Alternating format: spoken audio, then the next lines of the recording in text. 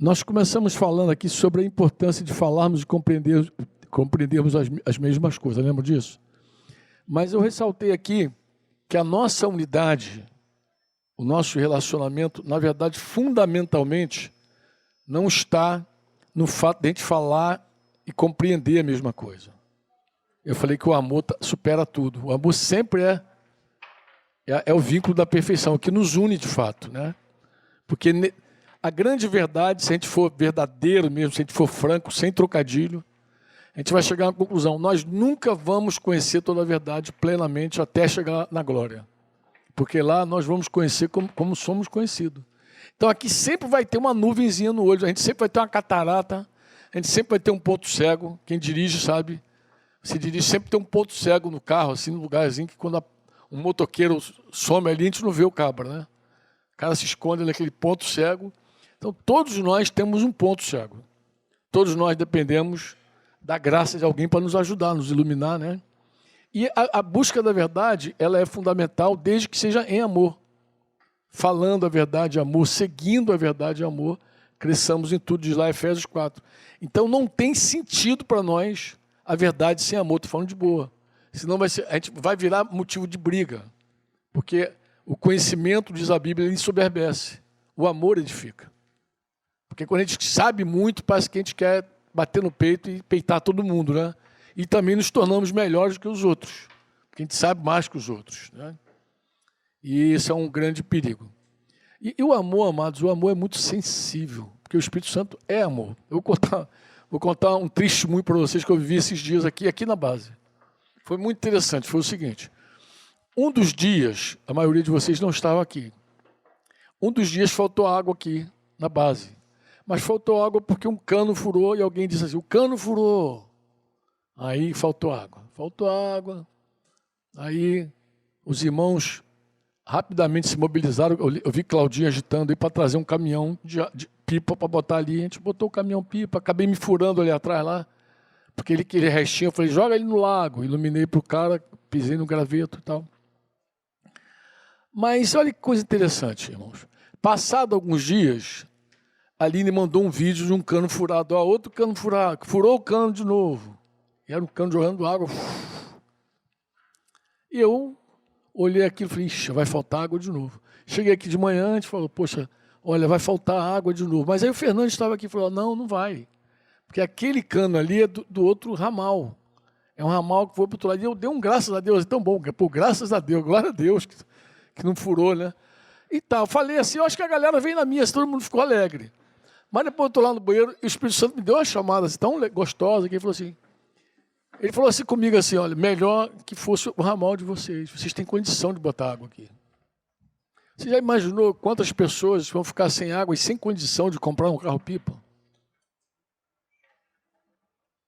Porque no primeiro momento, quando algo ruim não acontece com a gente fica feliz, mas esse algo ruim pode estar acontecendo com outro.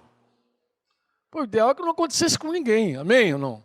Não aconteceu com ninguém, foi prejudicado, mas nessa foi. Alguém foi prejudicado, não foi o nosso ramal, mas outro ramal foi. Rapaz, mas eu fiquei com uma vergonha. Eu pedi perdão ao Senhor e comecei até a orar pelos outros, pedi a Deus por eles, falei: pô, o Senhor tem misericórdia, né? Foram 24 horas sem água aqui, mas 24 horas que de verdade, irmãos, não nos afetou. A gente teve condição de pedir um carro-pipa, o cara veio aqui, colocou, ainda arrumei uma encrenca, furei o pé, voltei e tal, aquelas coisas. Mas assim, o amor, o Espírito Santo, ele é amor. E toda vez que o Espírito Santo falar, pode ter certeza, ele está sempre amando. O alvo do Espírito Santo sempre é abençoar alguém. É o alvo do Espírito Santo. O Espírito Santo não alimenta egoísmo, o Espírito Santo não alimenta egocentrismo, não alimenta uma coisa até que está muito em moda hoje, que é aquela coisa do individualismo. Eu, não alimento eu. O Espírito Santo ele nos leva para a cruz justamente para não ter mais eu, né? O Espírito Santo ele contempla o que a gente não contempla, ele vê o que a gente não vê, né? Ele sonda as profundezas de Deus. Eu confesso, eu fiquei assim muito mas muito envergonhado mesmo. Eu falei, meu Deus, que coisa terrível. Na hora ali eu podia ter tido a sensibilidade de dizer, alguém vai ser prejudicado. Né? Nós saímos bem, oh, aleluia! Como se Deus estivesse olhando só para a banda de cá e não estivesse olhando para a banda de lá. E Deus está olhando todos nós. Quantos concordam comigo? O Senhor, ele vê tudo. Mas você vê assim, a relação com o Espírito Santo, ouvir o Espírito Santo, é um quebrantamento contínuo em direção ao amor. Porque o Espírito Santo é Deus e Deus é amor. Deus é amor. Deus é amor. Se alguém disser que está se divorciando porque o amor acabou, tu pode dizer para o cabra, então Deus apagou dentro de você. Porque o amor, ele não acaba nunca. Diz que o amor é eterno. Ele permanece para sempre. Talvez você não tenha tido assim ainda a percepção de como foi que Paulo escreveu aquele capítulo 13 da carta dele aos Coríntios, lá na primeira carta. Quando ele começa a falar sobre o amor. Eu não sei se você já colocou atenção. Esse texto, eu falo com os irmãos já há muito tempo. Eu digo, irmãos, antes de eu ser cristão, eu ganhei um papelzinho com uma rosa vermelha e nesse papel o título era O Amor. E eu comecei a ler e era justamente Coríntios 13. Gente, eu fiquei impactado. Eu queria saber quem era o autor. Falei, rapaz, mas que troço. Quem escreveu isso?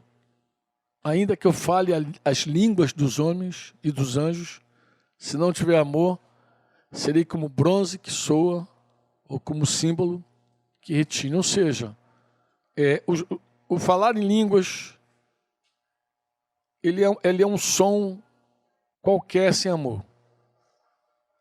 Ele é ineficaz sem amor. Que eu tenho o dom de profetizar.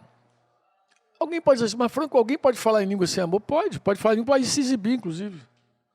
Para mostrar que é mais espiritual que o outro, que foi batizado com o Espírito Santo, você não, eu sei falar, você não. Então, ainda que eu tenha o dom de profetizar e conheça todos os mistérios, toda a ciência, e ainda que eu tenha tamanha fé a ponto de transportar montes, se não tiver amor, nada serei. Rapaz, tu imagina, mano. Ele está falando de profecia, que é o maior dos dons, lembra? Ele está falando de conhecer os mistérios, de ter todo o conhecimento de tudo, de chegar ao conhecimento de tudo, toda a ciência. E ainda que eu tenha tamanha fé a ponto de transportar montes. Essa é a fé top, né? Topada. Mas se não tiver amor, isso não tem nenhum proveito para mim. Nada serei, não tem proveito para mim.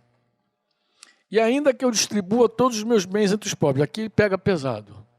Porque quando eu leio aqui o versículo 3, a maioria acredita que isso é amor. Amor é dar para os pobres. Pô, mas ele diz, ainda que eu distribua meus bens todos aos pobres. Aí não é amor? Será que alguém consegue dar as coisas para os pobres sem amar? Consegue. Tem gente que dá para fazer boas obras, para aparecer. Tem gente que para se justificar até diante de Deus. Dá, mas isso não é amor. Isso não é amor. Você pode fazer isso para se safar. Você pode fazer isso para parecer que é espiritual diante dos outros. Então, Jesus já tinha denunciado isso tudinho lá no Sermão da Montanha. Não ore para aparecer, não faça jejum para se exibir, entendeu? Não dê esmola, não toca trombeta nas tuas boas obras, porque a carne já faz isso. A carne, quando ela faz a coisa que ela julga que é boa, ela quer que todo mundo saiba. Então ela propaga. Quando ela faz uma coisa que ela julga que é ruim, ela esconde para ninguém saber. Então a carne vive entre se autoexaltar e se esconder. Se autoexaltar e se esconder. E isso não é amor. Isso é uma ação humana buscando alguma coisa, algum benefício, né? E ele fala dos bens aos pobres, e ainda que eu entregue meu próprio corpo para ser queimado. Aí pegou pesado. O cara pode se sacrificar? Pode. Tem gente que se sacrifica por várias razões, até políticas. Mas não, se não tiver amor, não resulta nada. Nada me adianta. E ele então começa a descrever o amor. O amor é paciente e bondoso. O amor não arde em ciúmes. Não se vaidece, não é orgulhoso. não se conduz de forma inconveniente, não busca os seus interesses, não se irrita, não se ressente mal. Parece que ele está falando de alguém, né? Claro que ele não está falando de um sentimento, ele está falando do próprio Espírito Santo, amados. Ele não está falando de um sentimento humano. Ele está falando do amor. O amor não se alegra, tá vendo? O amor se alegra. Ele está falando de alguém, ó. O amor não se alegra com a injustiça, mas se alegra com a verdade. O amor tudo sofre, tudo crê, tudo espera, tudo suporta. E suportar aqui não é de tolerar, não, tá? Porque o amor, ele não tolera. O amor ama. O amor não cala a boca diante da injustiça. Ele fala, né? Esse suportar aqui é de dar suporte, de sustentar, de ficar de pé diante do sofrimento. Suportou o sofrimento. Tudo suporta nesse sentido assim. A injustiça, suportou a injustiça. Mas não é tolerar o pecado. Tolerar o pecado é outra coisa, né? Eu estou tolerando você, isso é outra coisa. Eu não tenho que te tolerar, eu tenho que te amar. Tolerar é uma coisa passiva, o amor é ativo. Eu não tenho mandamento para tolerar ninguém. Pelo contrário, Jesus repreendeu a igreja, lá o anjo da igreja em Tiatira. Eu tenho contra você que você tolera essa mulher, chamada, que se diz profetiza, né? Essa Jezabel que está no meio de vocês aí. É uma tolerância errada. Que o amor ele não tolera, o amor ele ama. O amor ele vai lá, trata, senta, conversa. O amor ama. Simplesmente não tem tolerância, tem que tolerar isso. Não, pô. O mundo é que pede para você tolerar tudo. E Deus não ama tudo. Deus ama todos, mas não ama tudo. Deus aceita todos, não aceita tudo. Então, o nosso Deus é assim. E o amor é assim também. O amor, ele recebe todos, mas não tudo. Ele acolhe todos, mas não tudo. Porque o amor, ele é pela verdade. O amor tem um critério, né? Ele é pela justiça. Você está vendo aqui? O amor está estabelecido numa base diferente de tudo aquilo que é o sentimento humano. Porque o sentimento humano é capaz de, junto do acolhimento, levar o pecado junto. Eu te quero tanto, eu te amo tanto, vem do jeito que tu está e pega o cabo e deixa o cara todo torto. E segue torto. Isso não é amor. O amor, ele quer ajudar a pessoa, quer mudança. O amor jamais acaba. Você diz amém ou não? Aí ele vai dizer que havendo profecia vão desaparecer, havendo línguas cessarão, havendo ciência passará, pois o nosso conhecimento é incompleto. Você crê que o nosso conhecimento é incompleto? Não tinha por que a gente brigar por causa de conhecimento, né? Porque ele é incompleto. E a nossa profecia é incompleta, mas quando vier o que é completo, então o que é incompleto será aniquilado.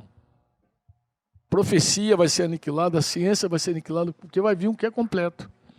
Quando eu era menino, falava como menino, sentia como menino, pensava como menino. Quando cheguei a ser homem, deixei de as coisas próprias de menino. Porque agora vemos como por um espelho, lembrando que espelho, naquela época nem existia espelho, né? Espelho é uma invenção moderna. Então os caras, quando queriam ver a imagem, eles vinham assim, eles poliam bronze, poliam assim, mas ficava aquela coisa embaçada. Imagina uma mulher sem espelho, cara. Como é que vem um negócio desse? Vocês conseguem imaginar o que é uma vida sem espelho? Não tinha espelho. Ela se viu na água, se via no bronze polido, mas era uma imagem distorcida. Era uma imagem torta, né? E era assim, é isso que ele está falando. Ele está falando, nós não vemos no espelho de forma obscura, porque de verdade era um bronze polido, era aquela forma obscura, né? Depois veremos face a face, mas agora o meu conhecimento é incompleto, ele reforça, depois conhecerei como também sou conhecido. Aí ele vai dizer, agora, pois, permanecem a fé, a esperança e o amor. Estes três, porém o maior deles qual é? Amor. Franco, por que ele chegou aqui nesse discurso? Bem, ele chegou, irmãos, porque a igreja estava cheia de problema. Do capítulo 1 ao capítulo 12 é só tratando problema. Inclusive várias divisões. Até nascer eles estavam divididos. E o final do capítulo 12, ele vai dizer assim, eu passo a mostrar-lhes um caminho ainda mais excelente. Sobremodo excelente. Caminho é meio. Ele já falou tudo com os irmãos, já deu todos os conselhos, já repreendeu tudo que precisava repreender, Mas no final ele disse, agora eu vou falar uma coisa para vocês mais excelente que eu poderia dizer para vocês. O mais excelente é o seguinte, aí ele começa o capítulo 13. Né? Depois botaram o capítulo, mas ele vira o assunto desse jeito. Começa a explicar que todos os dons, ciência, fé, profecia, tudo sem amor não serve para nada. Ou seja, o motivo das brigas de vocês não tem nenhum valor. Porque, na verdade, nós brigamos mais por conta da nossa verdade própria do que por qualquer outra coisa. Até as brigas entre marido e mulher se fundamentam na mesma coisa. Vê se as nossas confusões não acontecem por causa de ponto de vista diferente. Eu penso A, Denise pensa B, a gente começa a tensionar, daqui a pouco a gente está discutindo. Mas vê se não é assim. Não é uma tensão por amor. É uma tensão pela verdade, pela minha verdade. Eu com a minha, ela com a dela. E aí a gente então, se a gente seguir tensionando, qual é o resultado? Briga e contenda e divisão. Se a gente seguir tensionando. Como é que a gente quebra isso? Normalmente se humilhando, não é isso? Não fazendo questão de ter razão. Dizia para o meu amigo ontem, Mateus, novo amigo que eu arrumei aí. Falei, Mateus, quem quer reconciliar não quer ter razão.